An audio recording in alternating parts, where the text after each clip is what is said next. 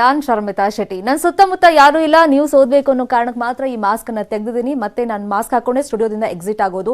Corona ಎರಡನೇ ಅಲೆಯಲ್ಲಿ cases ಕಡಿಮೆ ಆಗ್ತಿದೆ ಅಂತ ಮೈ ಮರೆಯಕ್ಕೆ ಹೋಗಬೇಡಿ, ನಿರ್ಲಕ್ಷ್ಯ ಮಾಡಬೇಡಿ. ಕೋವಿಡ್ ಅಪ್ರಾಪ್ರಿಯೇಟ್ ಬಿಹೇವಿಯರ್, ಕೊರೋನಾ ಅಪೇಕ್ಷಿತ ನಡವಳಿಕೆಗಳು ಏನೇನಿದೆ, ಅಗತ್ಯ ಇದ್ರೆ ಮಾತ್ರ ಮನೆಯಿಂದ ಹೊರಗಡೆ ಬರೋದು, ಬಂದಂತ ಟೈಮ್ನಲ್ಲಿ ಮಾಸ್ಕ್ ಅನ್ನು ಸರಿಯಾದ ಕ್ರಮದಲ್ಲಿ ಧರಿಸೋದು, ಸೋಷಿಯಲ್ ಡಿಸ್ಟೆನ್ಸ್ ಮೇಂಟೈನ್ ಮಾಡೋದು, ಕೈಗಳನ್ನು ಸ್ಯಾನಿಟೈಸ್ ಮಾಡೋದು ಯಾವುದೇ ಕಾರಣಕ್ಕೂ ಮರಿಬೇಡಿ. ಈಗ ಹೆಡ್ಲೈನ್ಸ್ ನೋಡೋಣ. Headlines presented by Chakote. ರುಚಿ, ಗುಣಮಟ್ಟ ಮತ್ತು ನಂಬಿಕೆ 30 ವರ್ಷದಿಂದ. ಹಾನಗಲ್ ಶಾಸಕ ಸಿಎಂ ಉದಾಸಿ ನಿಧನ. ಅನಾರೋಗ್ಯದಿಂದ ಬಳಲ್ತಾ ಇದ್ದ ಬಿಜೆಪಿ ಶಾಸಕ ಇನ್ನಿಲ್ಲ. ಉದಾಸಿ ಸಾವಿಗೆ ಸಿಎಂ ಸೇರಿದಂತೆ ಗಣ್ಯರ ಸಂತಾಪ. ರಮೇಶ್ ಜಾರಕಿಹೊಳಿ ಸಿಡಿ ಕೇಸ್ನಲ್ಲಿ ಮತ್ತೊಂದು ಟ್ವಿಸ್ಟ್. ಎಸ್ಐಟಿ ತನಿಖೆ ರದ್ದುಪಡಿಸಲು ಯುವತಿಯಿಂದ ಹೈಕೋರ್ಟ್ಗೆ ಅರ್ಜಿ. ಏನಾಗುತ್ತೆ? ಶಂಕಿತರ ಜಾಮೀನು ಆದೇಶ. ಬೆಂಗಳೂರಿನಲ್ಲಿ ಪಾಸಿಟಿವಿಟಿ ದರ ಕುಸಿತ ಹಿನ್ನೆಲೆ ಮುಂದಿನ ವಾರವೇ ರಾಜಧಾನಿ ಅನ್ಲಾಕ್ ಆಗುತ್ತಾ? ಮುನ್ಸೂಚನೆ ನೀಡಿದ್ದಾರೆ ಡಿಸಿಎಂ ಅಶ್ವಥ್ ನಾರಾಯಣ್ ಮತ್ತು ಬಿಬಿಎಂಪಿ ಮೇಯರ್. ವೃತ್ತಿಪರ ಕೋರ್ಸ್ಗಳಿಗೆ ಸಿಇಟಿ ಫಲಿತಾಂಶವಷ್ಟೇ ಮಾನದಂಡ. ಸೈನ್ಸ್ ವಿದ್ಯಾರ್ಥಿಗಳ ಡಿಗ್ರಿ ಎಂಟ್ರಿಗೂ ಸಿಇಟಿ ಕಡ್ಡಾಯ. ಅಧಿಕಾರಿಗಳ ಸಭೆಯಲ್ಲಿ ಡಿಸಿಎಂ ನಿರ್ಧಾರ. ಬೇಗ ನಿಮ್ಮ ನಿಲುವು ತಿಳಿಸಿ ಅಂತ ಸಿಎಂಗೆ ಹೇಳ್ತಾ ಹೈಕಮಾಂಡ್ ನಮ್ಮ ಅಭಿಪ್ರಾಯವನ್ನು ಕೇಳಬೇಕು ಎಂದ ಕಾರ್ಕಳ ಶಾಸಕ. ಬಿಜೆಪಿಯಲ್ಲಿನ ಬೆಂಕಿಗೆ ಸಿಎಂ ವ್ಯಂಗ್ಯ.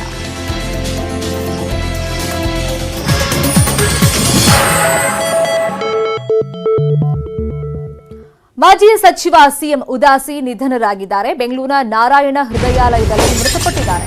ಕಳೆದ ಹಲವು ದಿನಗಳಿಂದ ಅನಾರೋಗ್ಯದಿಂದ ಬಳಲ್ತಾ ಇದ್ರು. ಮೊನ್ನೆ ತಾನೇ ಸಿಎಂ ಕೂಡ ಆಸ್ಪತ್ರೆಗೆ ಹೋಗಿ ಇವರ ಆರೋಗ್ಯವನ್ನ ವಿಚಾರಿಸಿ ಕೂಡ ಬಂದಿದ್ರು. ಸಾಕಷ್ಟು ದಿನಗಳಿಂದ ಅನಾರೋಗ್ಯ ಪೀಡಿತರಾಗಿದ್ರು ಉದಾಸಿ ಅವರು. ಹಾವೇರಿ ಜಿಲ್ಲೆ ಹಾನಗಲ್ನ ಬಿಜೆಪಿ ಶಾಸಕ ಹಲವು ದಿನಗಳಿಂದ ಚಿಕಿತ್ಸೆಯನ್ನ ಪಡ್ಕೊಳ್ತಾ ಇದ್ರು. ಈಗ ನಿಧನರಾಗಿದ್ದಾರೆ ಅಂತ ಸುದ್ದಿ ಗೊತ್ತಾದ ತಕ್ಷಣ ಸಿಎಂ ಸೇರಿದಂತೆ ಗಣ್ಯರು ಸಂತಾಪವನ್ನ ವ್ಯಕ್ತಪಡಿಸಿದ್ದಾರೆ. ಇವರು ರಾಜಕೀಯಕ್ಕೆ ಬಂದಿದ್ದು ಒಂದು ಅಚಾನಕ್ ಆಗಿ ಬಂದ ಮೇಲೆ ಸತತವಾಗಿ 6 ಬಾರಿ ಶಾಸಕರಾಗಿದ್ರು ಹಾನಗಲ್ನಿಂದಾನೆ. ಈಗ ಅನಾರೋಗ್ಯದಿಂದ ಅವರು ಬಳಲ್ತಾ ಇದ್ರು. ನಾರಾಯಣ ಹೃದಯಾಲಯದಲ್ಲಿ ಚಿಕಿತ್ಸೆ ಪಡ್ಕೊಳ್ತಾ ಇದ್ರು.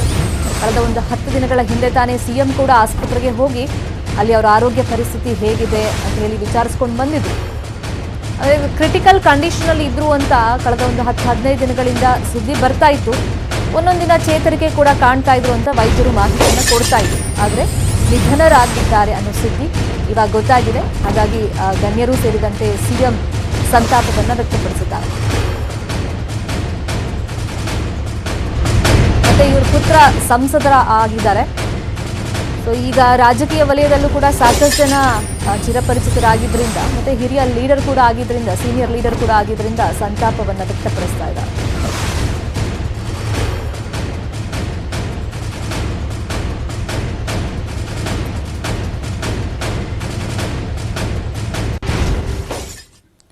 ಇನ್ನು ಉದಾಸಿ ಅವರ ಹೆಜ್ಜೆ ಗುರುತನ್ನ ನೋಡೋದಾದ್ರೆ ಚನ್ನಬಸಪ್ಪ ಮಹಾಲಿಂಗಪ್ಪ ಉದಾಸಿ ಅಂತ ಇವ್ರ ಪೂರ್ತಿ ಹೆಸರು. ಇನ್ನು ಇವರು ಜನನ ಆಗಿದ್ದು ಫೆಬ್ರವರಿ 2ನೇ ತಾರೀಕು 1937. ಇನ್ನು ವಯಸ್ಸು 84 ವರ್ಷ ಆಗಿತ್ತು. ಇವ್ರ ಪೋಷಕರು ಮಹಾಲಿಂಗಪ್ಪ ಹಾಗೇನೆ ಸಾವಿತ್ರಮ್ಮ. ಓದಿದ್ದು 8ನೇ ತರಗತಿಯವರು.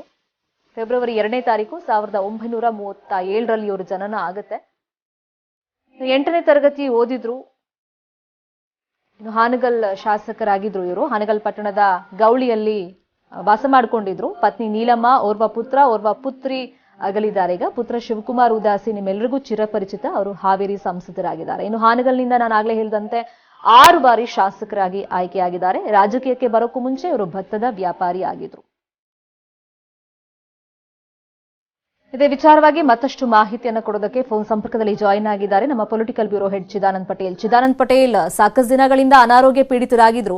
ಮೊನ್ನೆ ತಾನೇ ಸಿಎಂ ಕೂಡ ಆಸ್ಪತ್ರೆಗೆ ಹೋಗಿ ಆರೋಗ್ಯ ಹೇಗಿದೆ ಪರಿಸ್ಥಿತಿಯೆಲ್ಲ ನೋಡ್ಕೊಂಡು ಬಂದಿದ್ರು. ಬಟ್ ಕ್ರಿಟಿಕಲ್ ಆಗೇ ಇದ್ರು. ಏನೆಲ್ಲ ಸಮಸ್ಯೆ ಆಗಿತ್ತಂತೆ? ಶರ್ಮಿತಾ ಶೆಟ್ಟಿ ಹಲವಾರು ದಿನಗಳಿಂದ ಅನಾರೋಗ್ಯಕ್ಕೆ ತುತ್ತಾಗಿದ್ರು. ಪ್ರಮುಖವಾಗಿ ಅವರು ಇತ್ತೀಚಿನ ದಿನಗಳಲ್ಲಿ ಅವರು ಬಿದ್ದು ಕೈಗೊಂದು ಏಟ್ ಮಾಡ್ಕೊಂಡಿದ್ರು. ಅದಾದ್ಮೇಲೆ ಅವರು ಕಂಟಿನ್ಯೂಸ್ ಆಗಿ ಅನಾರೋಗ್ಯಕ್ಕೆ ಒಳಗಾದ್ರು. ಅವರ ಪುತ್ರ ಶಿವಕುಮಾರ್ ಉದಾಸಿ ಅವರು ಕೂಡ ಹೆಚ್ಚಿನ ಚಿಕಿತ್ಸೆಯನ್ನು ಕೂಡ ಒಳಪಡಿಸಿದ್ದು. ಕಳೆದ ಕೆಲ ದಿನಗಳಿಂದಲೂ ಕೂಡ ನಾರಾಯಣ ಹೃದಯಾಲಯದಲ್ಲಿ ಅವರು ಚಿಕಿತ್ಸೆಯನ್ನ ಪಡಿತಾ ಇದ್ರು. ಜೊತೆಗೆ ಆರೋಗ್ಯದಲ್ಲಿ ಅವರಿಗೆ ಒಮ್ಮೊಮ್ಮೆ ಸುಧಾರಿಸೋದು ಕೂಡ ಮತ್ತೆ ಇಮಿಡಿಯೇಟ್ಲಿ ವ್ಯತಿರಿಕ್ತ ಆಗ್ತಾ ಇತ್ತು. ಹಾಗಾಗಿ ಕಂಟಿನ್ಯೂಸ್ ಅವರು ಐಸಿಯುನಲ್ಲೇ ಕೂಡ ಇದ್ರು. ಕಳೆದ ಒಂದು ವಾರದಿಂದಷ್ಟೇ ಮುಖ್ಯಮಂತ್ರಿ BS ಯಡಿಯೂರಪ್ಪನವರು, ಗೃಹ ಸಚಿವ ಬಸವರಾಜ ಬೊಮ್ಮಾಯಿ ಸೇರಿದಂತೆ ಅನೇಕರು ಅವ್ರನ್ನ ನೋಡ್ಕೊಂಡು ಬಂದ್ರು. ಡಾಕ್ಟರ್ ಕೂಡ ಆ ಸಂದರ್ಭದಲ್ಲಿ ಉಳಿಸ್ಕೊಳ್ಳೋದು ಕಷ್ಟ ಎಂಬ ಮಾತನ್ನು ಕೂಡ ಮುಖ್ಯಮಂತ್ರಿಗಳಿಗೆ ಹೇಳಿದ್ರು. ಜೊತೆಗೆ CM ಉದಾಸಿ ಅವರು ಹಾವೇರಿ ಜಿಲ್ಲೆಯ ಆ ಭಾಗದ ಸಜ್ಜನ ರಾಜಕಾರಣಿ ಅಂತಲೇ ಕರ್ಕೊಂಡಂತವ್ರು. ಯಾಕಂತ ಹೇಳಿದ್ರೆ ಇವರು ಅಜಾತ ಶತ್ರು ಅಂತಲೇ ಹೇಳಲಾಗ್ತಿದೆ. ತಮ್ಮ ಶತ್ರುಗಳನ್ನು ಕೂಡ, ತಮ್ಮ ವಿರೋಧಿಗಳನ್ನು ಕೂಡ ಸ್ನೇಹ ಭಾವದಿಂದ ನೋಡ್ತಿದ್ದಂಥವ್ರು. ಕ್ರಿಯಾಶೀಲ ರಾಜಕಾರಣಿ ಕೂಡ ಹೌದು. ಇವರು ಲೋಕೋಪಯೋಗಿ ಸಚಿವರಾಗಿ ಅತ್ಯುತ್ತಮ ಕೆಲಸವನ್ನು ಕೂಡ ಮಾಡಿದ್ರು ಮತ್ತು ಅಭಿವೃದ್ಧಿ ಪರ ಕೆಲಸವನ್ನು ಕೂಡ ಮಾಡಿದ್ರು. ಆ ಭಾಗದಲ್ಲಿ ಯಾವುದು ಕೂಡ ರಾಜಕೀಯ ದ್ವೇಷವನ್ನು ಹರಡಲಿಲ್ಲ ಎಂಬುದು ಕೂಡ ಇವರ ಖ್ಯಾತಿಗೆ ಇನ್ನೊಂದು ಹೆಸರು. ಜೊತೆಗೆ ಪ್ರಮುಖವಾಗಿ CM ಉದಾಸಿ ಅವರು ಮುಖ್ಯಮಂತ್ರಿ BS ಯಡಿಯೂರಪ್ಪನಿಗೆ ಅತ್ಯಾಪ್ತರು ಅಂತಲೇ ಹೇಳ್ಬೋದು. ಯಾಕಂತ ಹೇಳಿದ್ರೆ ಮುಖ್ಯಮಂತ್ರಿ BS ಯಡಿಯೂರಪ್ಪನವರು KJP ಕಟ್ಟಿದಂತ ಸಂದರ್ಭದಲ್ಲಿ ಅವರ ಆಪ್ತ ಗಣದ ಅನೇಕರು ಅವರಿಗೆ ಕೈ ಕೊಟ್ಟರು. ಮುರುಗೇಶ್ ನಿರಾಣಿ ಇರ್ಬೋದು, ಬಸವರಾಜ ಬೊಮ್ಮಾಯಿ ಇರ್ಬೋದು, V ಸೋಮಣ್ಣ ಇರ್ಬೋದು, ಯಾರು ಕೂಡ ಅವ್ರ ಜೊತೆ ಹೋಗ್ಲಿಲ್ಲ. ಅಂತ ಸಂದರ್ಭದಲ್ಲಿ ಮುಖ್ಯಮಂತ್ರಿ BS ಯಡಿಯೂರಪ್ಪ ಪರವಾಗಿ ಗಟ್ಟಿಯಾಗಿ ನಿಂತು KJPಗೆ ಅವ್ರ ಜೊತೆ ಸೇರ್ಪಡೆ ಮಾಡಿಕೊಂಡು ಅವ್ರ ಜೊತೆ ಹೋಗಿ ಹಾವೇರಿ ಜಿಲ್ಲೆಯಲ್ಲೇ KJP ಪಕ್ಷವನ್ನ ಉದ್ಘಾಟನೆಯನ್ನ ಮಾಡಿ ಮುಖ್ಯಮಂತ್ರಿಗಳಿಗೆ ಆ ದಿನಗಳಲ್ಲಿ ಸಾಥ್ ಕೊಟ್ಟಂತವ್ರು. ಹಾಗಾಗಿ CM ಉದಾಸಿ ಅವರು ಪ್ರತಿ ಬಾರಿ ಕೂಡ ಮುಖ್ಯಮಂತ್ರಿ BS ಯಡಿಯೂರಪ್ಪ ಆಪ್ತ ಬಳಗದಲ್ಲಿದ್ರು. ಅವರು ಮೊದಲ ಬಾರಿ ಮುಖ್ಯಮಂತ್ರಿ ಆದ ಸಂದರ್ಭದಲ್ಲಿ ಕೂಡ ಅವ್ರನ್ನ ಲೋಕೋಪಯೋಗಿ ಸಚಿವರಾಗಿ ಮಾಡಿದ್ರು. ಜೊತೆಗೆ ಈ ಬಾರಿ ಕೂಡ ಅವರಿಗೆ ಸಚಿವರಾಗುವ ಎಲ್ಲ ಯೋಗ ಇತ್ತು. ಆದ್ರೆ ಆರೋಗ್ಯದ ದೃಷ್ಟಿಯಿಂದ, ವಯಸ್ಸಿನ ದೃಷ್ಟಿಯಿಂದ ಅವರಿಗೆ ಸಚಿವರಾಗಿ ಮಾಡಿಲ್ಲ. ಒಟ್ಟಾರೆ ಇದೀಗ ಎಲ್ಲ ಒಂದ್ ಕಡೆ ಇದು ಬಿಜೆಪಿಗೆ ಅತಿ ದೊಡ್ಡ ನಷ್ಟ ಅಂತ ಹೇಳ್ಬೋದು. ಅವರ ಪುತ್ರ ಹಾವೇರಿ ಜಿಲ್ಲೆಯ ಲೋಕಸಭಾ ಕ್ಷೇತ್ರದ ಸಂಸದರು ಕೂಡ ಹೌದು. ಇದೀಗ ಆನಗಲ್ ಕ್ಷೇತ್ರದಲ್ಲಿ ಮನೋಹರ್ ತಹಸೀಲ್ದಾರ್ ವಿರುದ್ಧ ಕಳೆದ ಬಾರಿ ಗೆದ್ದಿರುವಂತವರು. 6 ಬಾರಿ ಅವರು ಶಾಸಕರಾಗಿ ಆನಗಲ್ ಕ್ಷೇತ್ರದಲ್ಲಿ ಆಯ್ಕೆಯಾಗಿದ್ರು ಶರ್ಮಿತಾ ಶೆಟ್ಟಿ. ಸದಾನಂದ ಪಟೇಲ್, ಈಗ ನಾನು ಕೇಳ್ತಿರೋ ಪ್ರಶ್ನೆ ಈ ಸಂದರ್ಭದಲ್ಲಿ ಅಪ್ರಸ್ತುತ ಇರಬಹುದು, ಆದ್ರೆ ಈಗ ರಾಜಕೀಯದಲ್ಲಿ ನಾವು ನೋಡ್ತಿದ್ದೀವಿ, ಅದರಲ್ಲೂ ಆಡಳಿತ ಪಕ್ಷದಲ್ಲಿ ಏನೆಲ್ಲ ಆಗ್ತಿದೆ ಅಂತ, ನಾಯಕತ್ವ ಬದಲಾವಣೆ ಇರ್ಬೋದು, ಪರ ವಿರೋಧ ಚರ್ಚೆಗಳು. ಸೊ ಇಂಥ ಟೈಮ್ನಲ್ಲಿ ಬಹುಶಃ ಉದಾಸಿ ಅವರು ಇದ್ದಿದ್ರೆ ಪಕ್ಷಕ್ಕೆ, ಅವ್ರ ಮಾತಿಗೆ ಅಫ್ಕೋರ್ಸ್ ಯಾವಾಗಲೂ ಅವ್ರು ಸ್ಟೇಟ್ಮೆಂಟ್ ಕೊಡುವಾಗ ಒಂದು ತೂಕವಾಗಿ ಮಾತಾಡ್ತಾ ಇದ್ರು, ಹೆಂಗೆಂಗೋ ಸ್ಟೇಟ್ಮೆಂಟ್ ಅನ್ನ ಕೊಟ್ಟಿದ್ದೇ ಇಲ್ಲ. ಬಹುಶಃ ಈ ಸೀನಿಯರ್ ಲೀಡರ್ ಇದ್ದಿದ್ರೆ ಬಹುಶಃ ಅವ್ರ ಸ್ಟೇಟ್ಮೆಂಟ್ಗಳು ಇಂಪಾರ್ಟೆಂಟ್ ಆಗ್ತಿತ್ತಾ ಈ ಸಂದರ್ಭದಲ್ಲಿ ಅಂತ? ಖಂಡಿತವಾಗಿ ನಾನು ನಿಮಗೆ ಹೇಳಿದಾಗೆ ಅವರು KJP ಕಟ್ಟಿದ ಸಂದರ್ಭದಲ್ಲಿ ಯಾರು ಕೂಡ ಯಡಿಯೂರಪ್ಪನವರಿಂದ ಲಾಭ ಮಾಡ್ಕೊಂಡವರು, ಅನುಕೂಲ ಆದಂತವ್ರು ಯಾರು ಇರಲಿಲ್ಲ. ಅಂತ ಸಂದರ್ಭದಲ್ಲಿ ಉದಾಸಿ ಅವ್ರ ಜೊತೆ ಗಟ್ಟಿಯಾಗಿ ನಿಂತವರು. ಜೊತೆಗೆ ಅವ್ರು BJP ಬಂದಂತ ಸಂದರ್ಭದಲ್ಲೂ ಕೂಡ ಇವರು ಅವ್ರ ಜೊತೆಗೆ ಬಂದಂತವ್ರು ಮತ್ತು ಮುಖ್ಯಮಂತ್ರಿ ಪರವಾಗಿ, ಅದು ತಪ್ಪಿರ್ಬೋದು ಸರಿ ಇರ್ಬೋದು, ಏಕಮೇವವಾಗಿ ಅವರ ಪರವಾಗಿ ನಿಂತಿದ್ದವರು, ಗಟ್ಟಿ ಧ್ವನಿಯಲ್ಲಿ ಅವರ ಪರವಾಗಿ ಮಾತನಾಡ್ತಿದ್ದಂಥವ್ರು. ಹೈಕಮಾಂಡ್ ಅಂತ ಸಂಸ್ಕೃತಿ ಕೂಡ ಎಲ್ಲ ಕಡೆ ಇದ್ರೂ ಕೂಡ ಮುಖ್ಯಮಂತ್ರಿ ಪರವಾಗಿ ಜೊತೆಯಾಗಿ ನಿಂತಿದ್ದರು. ಬಹುಶಃ ಇದು ಮುಖ್ಯಮಂತ್ರಿ ಮತ್ತು ಅವರ ಕುಟುಂಬಕ್ಕೆ ಅತಿ ದೊಡ್ಡ ನಷ್ಟ ಅಂತ ಹೇಳ್ಬೋದು. ಯಾಕಂತ ಹೇಳಿದ್ರೆ ಅವರು ಮುಖ್ಯಮಂತ್ರಿ ವಯಸ್ಸಿನಲ್ಲಿ ಇವರಿಗಿಂತ ಕಿರಿಯರ್ ಆಗಿದ್ರು ಕೂಡ ಅವರು ಮುಖ್ಯಮಂತ್ರಿ BS ಯಡಿಯೂರಪ್ಪನವರ ಫಾಲೋವರ್ ಆಗಿದ್ರು, ಅವರ ಆಪ್ತರಾಗಿದ್ರು, ಅವರ ಹಿತೈಷಿಗಳಾಗಿದ್ರು ಮತ್ತು ಸಂದಿಗ್ಧ ಪರಿಸ್ಥಿತಿಯಲ್ಲಿ ಕೂಡ ಮುಖ್ಯಮಂತ್ರಿಗಳ ಪರವಾಗಿ ನೇರವಾಗಿ ಅವರು ಅಖಾಡಕ್ಕಿಳಿದು ಅವರ ಪರವಾಗಿ ಹೇಳಿಕೆಗಳನ್ನು ಕೊಡ್ತಾ ಇದ್ರು. ಮಠಾಧೀಶರು ಬೇರೆ ಬೇರೆ ರೀತಿಯ ಮುಖ್ಯಮಂತ್ರಿಗಳು ಏನ್ ಬೆಂಬಲ ಕೊಡಿಸ್ಬೇಕು ಅದನ್ನ ತನ್ನದೇ ಆದ್ರೆ ಅಂಡರ್ ಕರೆಂಟ್ ಆಗಿ ಕೆಲಸ ಮಾಡ್ತಾ ಇದ್ರು. ಜೊತೆಗೆ ಆಪರೇಷನ್ ಕಮಲ ಸಂದರ್ಭದಲ್ಲೂ ಕೂಡ ಅವರು ಇಂಡೈರೆಕ್ಟ್ ಆಗಿ ಮುಖ್ಯಮಂತ್ರಿಗಳಿಗೆ ಬೇರೆ ಬೇರೆ ರೀತಿಯಲ್ಲಿ ಅವರ ಪುತ್ರನ ಮುಖಾಂತರ ಸಹಾಯವನ್ನು ಕೂಡ ಮಾಡಿದ್ದಾರೆ ಅಂತ ಹೇಳ್ಬೋದು ಶರ್ಮಿತಾ ಶೆಟ್ಟಿ. ಥ್ಯಾಂಕ್ ಯು ಚಿದಾನಂದ್ ಪಟೇಲ್ ತಮ್ಮ ಇನ್ಫಾರ್ಮೇಶನ್ಗೆ. ರಮೇಶ್ ಜಾರಕಿಹೊಳಿ ಸಿಡಿ ಕೇಸಲ್ಲಿ ಈಗ ಮತ್ತೊಂದು ಟ್ವಿಸ್ಟ್ ಸಿಕ್ಕಿದೆ. SIT ತನಿಖೆ ಪ್ರಶ್ನಿಸಿ ಯುವತಿಯಿಂದ ಹೈಕೋರ್ಟ್ಗೆ ಅರ್ಜಿ ಸಲ್ಲಿಕೆ ಆಗಿದೆ. SIT ತನಿಖೆ ರದ್ದುಪಡಿಸುವಂತೆ ಕೋರಿ ಅರ್ಜಿ ಸಲ್ಲಿಕೆ ಆಗಿದೆ. ಹೊಸ ಟೀಮ್ ರಚಿಸಬೇಕು ಅಂತ ಆಕೆ ಮನವಿಯನ್ನ ಮಾಡಿಕೊಂಡಿರೋದು. ಈ ಹಿಂದೆನೂ ಆಕೆ ವಿಡಿಯೋಗಳನ್ನ ರಿಲೀಸ್ ಮಾಡಿದಂತ ಟೈಮ್ನಲ್ಲಿ SIT ಮೇಲೆ ತನಗೆ ನಂಬಿಕೆ ಇಲ್ಲ, ಈ ತನಿಖೆ ಒಂದು ಪ್ರಭಾವ ಬೀರಿ ಆಗ್ತಾ ಇರೋಂಗೆ ಕಾಣಿಸ್ತಾ ಇದೆ, ಒನ್ ಸೈಡೆಡ್ ತರ ಅನ್ನಿಸ್ತಾ ಇದೆ ಅಂತೆಲ್ಲ ಆಕೆ ಆರೋಪಗಳನ್ನ ಮಾಡಿದ್ಲು.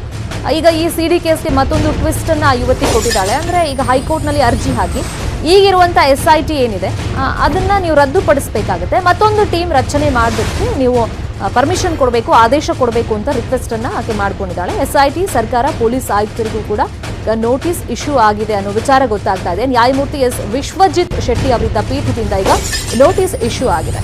ಮುಂದೆ ಒಂದಿಷ್ಟು ಬೆಳವಣಿಗೆ ಬಹುಶಃ ಈ ಕೇಸಲ್ಲಿ ಮತ್ತಷ್ಟು ಆಗ್ಬೋದು. ಯಾಕೆಂದ್ರೆ ತನಗೆ ಒಂದು ತನಿಖಾ ಸಂಸ್ಥೆ ಮೇಲೆ ನಂಬಿಕೆ ಇಲ್ಲ ಅಂತ ಅರ್ಜಿದಾರರೇ ಹೇಳಿದಾಗ, ಬಹಿರಂಗವಾಗಿ ಆರೋಪ ಮಾಡಿದಾಗ, ಮತ್ತೆ ಕೋರ್ಟ್ ಮೊರೆ ಹೋದಾಗ ಈಗ ಕೋರ್ಟ್ ಒಂದು ನೋಟಿಸ್ ಅನ್ನ ಇಶ್ಯೂ ಮಾಡಿದೆ.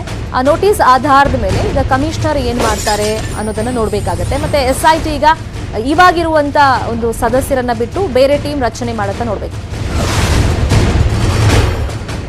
ಇನ್ನು ಮಾಜಿ ಸಚಿವ ರಮೇಶ್ ಜಾರಕಿಹೊಳಿ ಸಿಡಿ ಪ್ರಕರಣಕ್ಕೆ ಸಂಬಂಧಪಟ್ಟಂತೆ ಇವತ್ತು ಆರೋಪಿಗಳ ಜಾಮೀನು ಭವಿಷ್ಯ ನಿರ್ಧಾರವಾಗಲಿದೆ. ಆರೋಪಿಗಳು ಎನ್ನಲಾದ ನರೇಶ್ ಮತ್ತು ಶ್ರವಣ್ ನಿರೀಕ್ಷಣಾ ಜಾಮೀನಿಗೆ ಅರ್ಜಿಯನ್ನ ಸಲ್ಲಿಕೆ ಮಾಡಿಕೊಂಡಿದ್ರು. ಕಳೆದ ವಾರ ವಾದ ಪ್ರತಿವಾದ ಆಗಿದ್ದು ನ್ಯಾಯಾಧೀಶರು ತೀರ್ಪನ್ನ ಕಾಯ್ದಿರಿಸಿದ್ದಾರೆ. ಕೆಲ ಹೊತ್ತಿನಲ್ಲಿ ಈಗ CCH 91 ಕೋರ್ಟ್ನ ನ್ಯಾಯಾಧೀಶರು ಜಾಮೀನು ಆದೇಶದ ತೀರ್ಪು ಪ್ರಕಟಿಸುವಂತ ಸಾಧ್ಯತೆಗಳಿದೆ.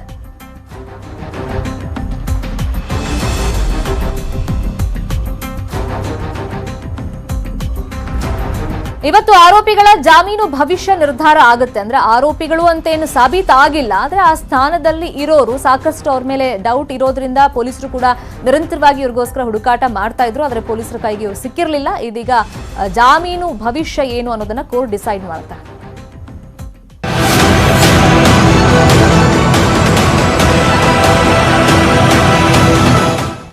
ರಾಜ್ಯದಲ್ಲಿ ನಾಯಕತ್ವ ಬದಲಾವಣೆ ವಿಚಾರಕ್ಕೆ ಸ್ಫೋಟಕ ಟ್ವಿಸ್ಟ್ ಸಿಕ್ಕಿದೆ. ಆದಷ್ಟು ಬೇಗ ನಿಮ್ಮ ನಿಲುವನ್ನ ತಿಳಿಸಿ ಅಂತ ಹೇಳಿದ್ಯಾ ಹಾಗಾದ್ರೆ ಹೈಕಮಾಂಡ್? ಸಿಎಂ ಯಡಿಯೂರಪ್ಪಗೆ ಹೈಕಮಾಂಡ್ ಒಂದು ಸಂದೇಶವನ್ನ ರವಾನಿಸಿದೆ ಅಂತ ಹೇಳಲಾಗ್ತಾ ಇದೆ. ಸಾಕಷ್ಟು ಬೆಳವಣಿಗೆಗಳು ಅಫ್ಕೋರ್ಸ್ ಬಿಜೆಪಿಯಲ್ಲಿ ಆಗ್ತಲೇ ಇದೆ ಈ ನಾಯಕತ್ವ ಬದಲಾವಣೆ ವಿಚಾರಕ್ಕೆ ಸಂಬಂಧಪಟ್ಟಂತೆ. ಈಗ ಸಿಎಂಗೆ ಹೈಕಮಾಂಡ್ ಒಂದು ಸಂದೇಶವನ್ನ ರವಾನೆ ಮಾಡಿದೆ. ಆದಷ್ಟು ಬೇಗ ನಿಮ್ಮ ನಿಲುವು ಏನಂತ ಹೇಳಿ ಅಂತ ಒಂದು ಮೆಸೇಜ್ ಅನ್ನ ಪಾಸ್ ಮಾಡಿದೆ ಹೈಕಮಾಂಡ್ ಅಂತ ಹೇಳಲಾಗ್ತಾ ಇದೆ. ಈಗ ಆರ್ಎಸ್ಎಸ್ ನಾಯಕರ ಮೂಲಕ ಸಂದೇಶ ರವಾನೆ ಬಗ್ಗೆ ಮಾಹಿತಿ ಸಿಕ್ಕಿದೆ. ದಿನದಿಂದ ದಿನಕ್ಕೆ ಸರ್ಕಾರದಲ್ಲಿ ಸಮಸ್ಯೆಗಳು ಜಾಸ್ತಿ ಆಗ್ತಿದೆ. ಅದರಲ್ಲೂ ಈ ಶಾಸಕರುಗಳೇ ಈಗ ದೂರನ್ನ ಕೊಡೋದಕ್ಕೆ ಆರಂಭ ಮಾಡಿ ಸಾಕಷ್ಟು ದಿನಗಳಾಗಿದೆ. ಮತ್ತೆ ಸರ್ಕಾರದಲ್ಲಿ ಆಡಳಿತದಲ್ಲಿ ಏನೆಲ್ಲ ಹುಳುಕಿದೆ ಅನ್ನೋದನ್ನ ಅವರು ಎತ್ತಿ ಎತ್ತಿ ತೋರಿಸ್ತಾ ಇದ್ದಾರೆ. ಮತ್ತೆ ಹೈಕಮಾಂಡ್ ಮಟ್ಟಕ್ಕೂ ಕೂಡ ಪದೇ ಪದೇ ಆ ಮೆಸೇಜ್ ಪಾಸ್ ಮಾಡ್ತಲೇ ಇದ್ದಾರೆ. ಸಮಸ್ಯೆಗಳು ಜಾಸ್ತಿ ಆಗ್ತಾ ಇದೆ. ಇಷ್ಟಾದ್ರೂ ಕೂಡ ಮೌನವಾಗಿರೋದು ಯಾಕೆ? ಪಕ್ಷ ನಿಮ್ಗೆ ಎರಡೆರಡು ಬಾರಿ ಮುಖ್ಯಮಂತ್ರಿ ಸ್ಥಾನದಲ್ಲಿ ಕುತ್ಕೊಳ್ಳೋದಕ್ಕೆ ಅವಕಾಶ ಮಾಡಿಕೊಟ್ಟಿದೆ, ಅಧಿಕಾರವನ್ನ ನಡೆಸೋದಕ್ಕೆ ಅವಕಾಶ ಮಾಡಿಕೊಟ್ಟಿದೆ. ಪಕ್ಷದ ಹಿತದೃಷ್ಟಿಯಿಂದ ನೀವು ಯೋಚಿಸಿ ನಿರ್ಧಾರವನ್ನ ತಿಳಿಸಿ ಅಂತ ಆಯ್ಕೆಯನ್ನ ಹೈಕಮಾಂಡ್ ಈಗ ಯಡಿಯೂರಪ್ಪನವರಿಗೆ ಬಿಟ್ಬಿಟ್ಟಿದೆ ಅನ್ನೋ ಒಂದು ವಿಚಾರ ಇದೀಗ ಗೊತ್ತಾಗ್ತಾ ಇದೆ.